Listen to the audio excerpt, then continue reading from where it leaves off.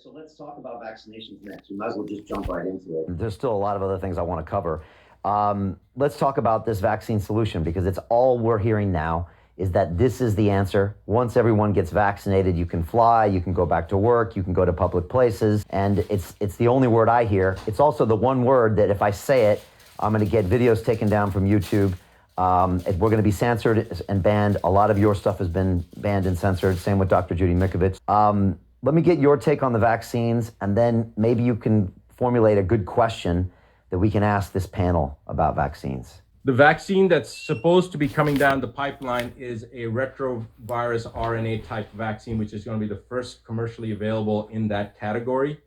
And basically RNA rewrites our DNA. It repairs our DNA.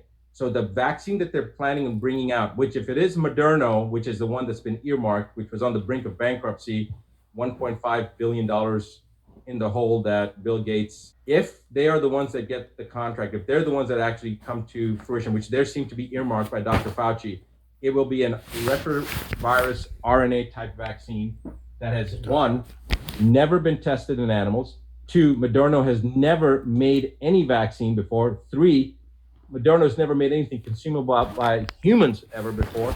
And four, they're going to go right into the human testing. And if this happens, certainly our children will not be able to have children, but more than likely beyond that, the second generation, I don't even know whether we get to the second generation, but definitely by the third generation, our genome, our genetic code, our DNA would not be what it is now. We would literally not be humans anymore. Now, the change in the genetic code is presumed to be so significant that the people that are going to be used that have volunteered to be the first humans to use this vaccine have already been told that they cannot have sexual intercourse. There's no reproduction. They don't want anybody reproducing while undergoing this experimentation with the vaccine. And the only thing that I can deduce from that is that they're concerned that if somebody were to conceive a child, that there would be some significant abnormalities or things that they would not want the world to recognize and realize. So whether or not a person believes or agrees with the vaccination issue or not, this vaccine is hugely problematic because most vaccines take 5 to 6 years to make. They always add adjuvants. They always add things to create stimulants, DNA adducts. They always put preservatives in there like mercury and formaldehyde and nickel. These are highly toxic substances. We don't even know what components of those things will be included in this COVID-19 virus, but we know that based upon the historical precedence of the success of vaccines, which is zero, that's a misnomer. There is no success of previous vaccines. That's the reason that I believe the agenda is nefarious. And one further thing before we go on, Brian, because I know we're going to have to set these things up as questions. Sometimes doctors, especially those that are just getting into this or just researching it, they'll say, well, what about polio? So if you want to look at things like polio, very simply look at polio and then look at the incidence of DDT. Now, most chemical compounds that have been introduced into the global economy, it takes of the dirty dozen, the 12 most toxic substances that are banned across every nation on the planet. Those 12, before they became banned, had been used in global commerce for a minimum of 50 years, most of them for over 70 years before it was determined how dangerous they were. Now, back then, during the smallpox era, there was a chemical called DDT, and DDT is today considered one of those dirty dozen. Nobody uses it. It's considered toxic and it's considered banned from all nations. But there were ads in the United States with children saying, flies don't land on me because I've had my DDT. You remember the era when it used to say a cigarette a day keeps the doctor away. Well, this is about DDT. Flies won't land on me because I've had my DDT. Now it's a dirty dozen. So when people say, what's that got to do with polio? The incidence of polio, if you graph it, and the incidence of the use of DDT, polio was 6 months behind the incidence of DDT. So when you would see DDT levels peaking, you would see polio peak 6 months later. Then you'd see DDT usage dropping, you'd see polio 6 months later drop. This is a very interesting observation. I don't know whether that means that DDT was causing it, but certainly smallpox vaccine was not the reason that smallpox was eradicated. I believe it was because we stopped using DDT. So this is a political thing, but when it comes down to the aspect of vaccinations, people say, Dr. Buttar, you're an anti-vaxxer. I'm not anti-vaccine, I'm anti-stupidity. Because if there was a vaccine that didn't have all those preservatives in there that are highly toxic, like mercury and formaldehyde and nickel, and didn't have the DNA adducts that are added to increase a reaction, if they didn't have various human cell lines, mutated human cell lines, DNA from other species like dogs and monkeys with other viral loads in there, if they didn't have all those things in there, and they actually were given at a time when a child could seroconvert, because we give these vaccines on the first day of the planet, yet a child's immune system can't even seroconvert, can't even mount an immune response till 6 months to a year of age. So now we've got all these components, and then using things like mercury, the body can't even eliminate it till the alimentary system is fully developed, which takes about a year for the alimentary tract to develop. So we're giving poisons to children under the pretense of increasing the immune response, but we're also adding things that suppress the immune system at the same time, giving it at a period when the immune system isn't even capable of seroconverting. So to me, that's stupidity. I'm anti-stupidity. If you want to have a vaccine, which I believe right now there's no safe vaccine, but if they made a vaccine that didn't have DNA adducts, didn't have mutated human cell lines, didn't have adjuvants, didn't have mercury, nickel, formaldehyde, and other contaminants and other things that are dangerous that suppress the immune system, didn't have glyphosate, which now they have glyphosate in there. They have Roundup, the weed killer in vaccines. If they didn't have all that stuff in there, and it would actually given at a time when a child could actually seroconvert, like at a year and a half of age, and it didn't cause any harm, I would be all for it. I would be totally for it. So I'm not anti-vaccine, I'm anti-stupidity. And I have a feeling that almost every doctor on here that's done enough research would agree with me, but let's take the vote and see.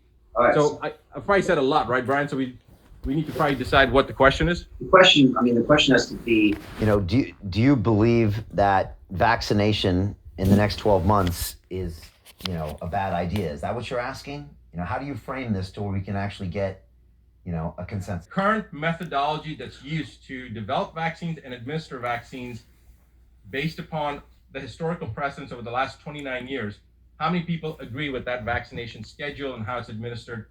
Let's leave COVID out of it for a second. okay, so just the current vaccination schedule. Right. How many Giving people- it on the first day of the planet and all the ingredients and all the components that I discussed. How many people agree with that? Or how many people disagree is what we want to say, right? Because we want to count the hands. Okay, so if you disagree with, and say that one more time.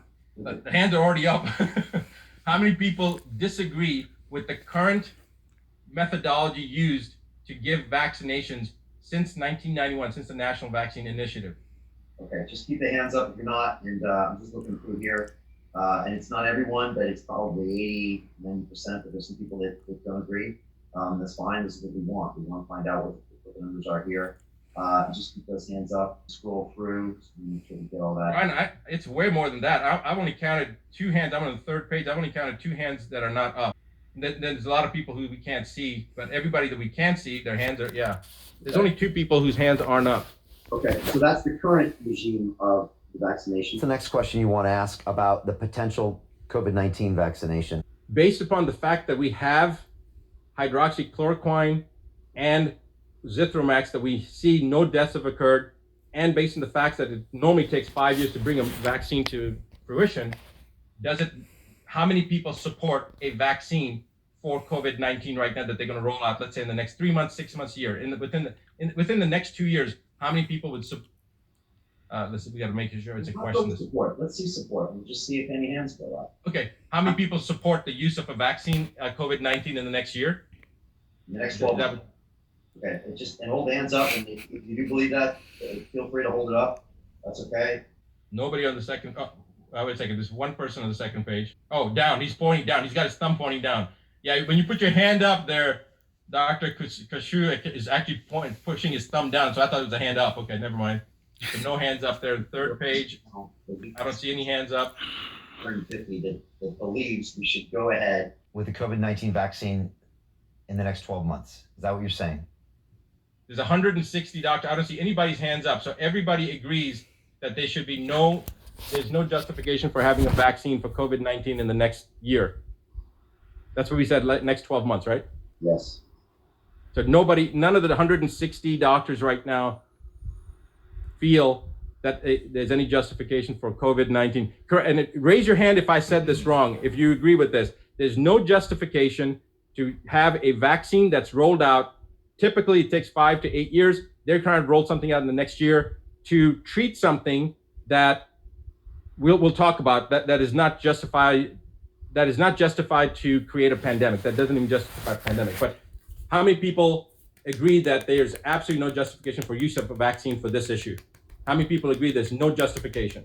Raise your hand. There's no justification for the use of a vaccine for this issue, is what you're saying. All right, if you could just keep those hands up, please. Just want to scroll through. Okay, I'm just counting those. I think it's pretty much everyone. Just keep those hands up. I just want to scroll through here. I'll be honest, Dr. Buttar, I'm shocked. I did not expect so many doctors to be completely against rolling out a COVID-19 vaccine in the next 12 months. I thought it might be 50-50. Thank you, guys.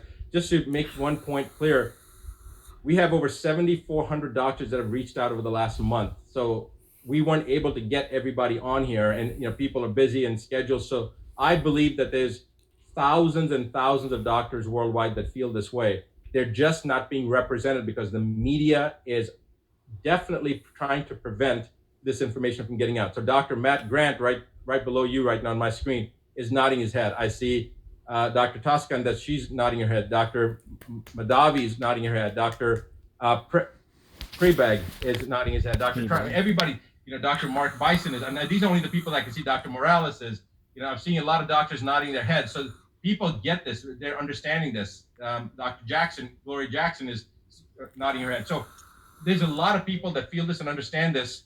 So it's one of those incredible moments when we start realizing that we are the vast majority, but because we're being singled out, because we're not getting a voice or a fair voice, it is being prevented. The information is being prevented from being disseminated to the world, so that the question can be asked, why is this happening? And that's really where the question should start, is why. So I'm sorry, Brian, I'm going to stop talking and let you. No, I think you bring up a great point, and that's this point of censorship. Because if I go out into the mainstream media or even technology platforms right now, I won't see what we just saw. I won't see hundreds of doctors saying that the vaccination agenda in the next 12 months is a bad idea. And I'm just curious if maybe you can talk, and maybe we can even ask the panel to get their thoughts on the censorship that's happening. Maybe you can tell me why you think it's happening and why it's almost complete across the board. When I started even mentioning the word vaccination, I got shut down more than when I started questioning the classification of COVID-19 deaths, than when I started talking about potential technology like 5G exacerbating the immune system. It's the vaccination that was completely shut down. So maybe you can speak on censorship, and maybe the doctors can give us their thoughts. I think that censorship is always something that an authoritarian dictatorship type government would want when they want to prevent the dissemination of information. So rather than even trying to give a reason for the censorship, let's ask the millions of people out there that may be seeing this, why would anybody censor facts and truth about injury that's been caused by something that has been promoted for the last 20 or 30 years as the single most important safety component for our children, yet has caused more injuries, more documented injuries, millions of children being maimed worldwide? Why would you want to stop the conversation?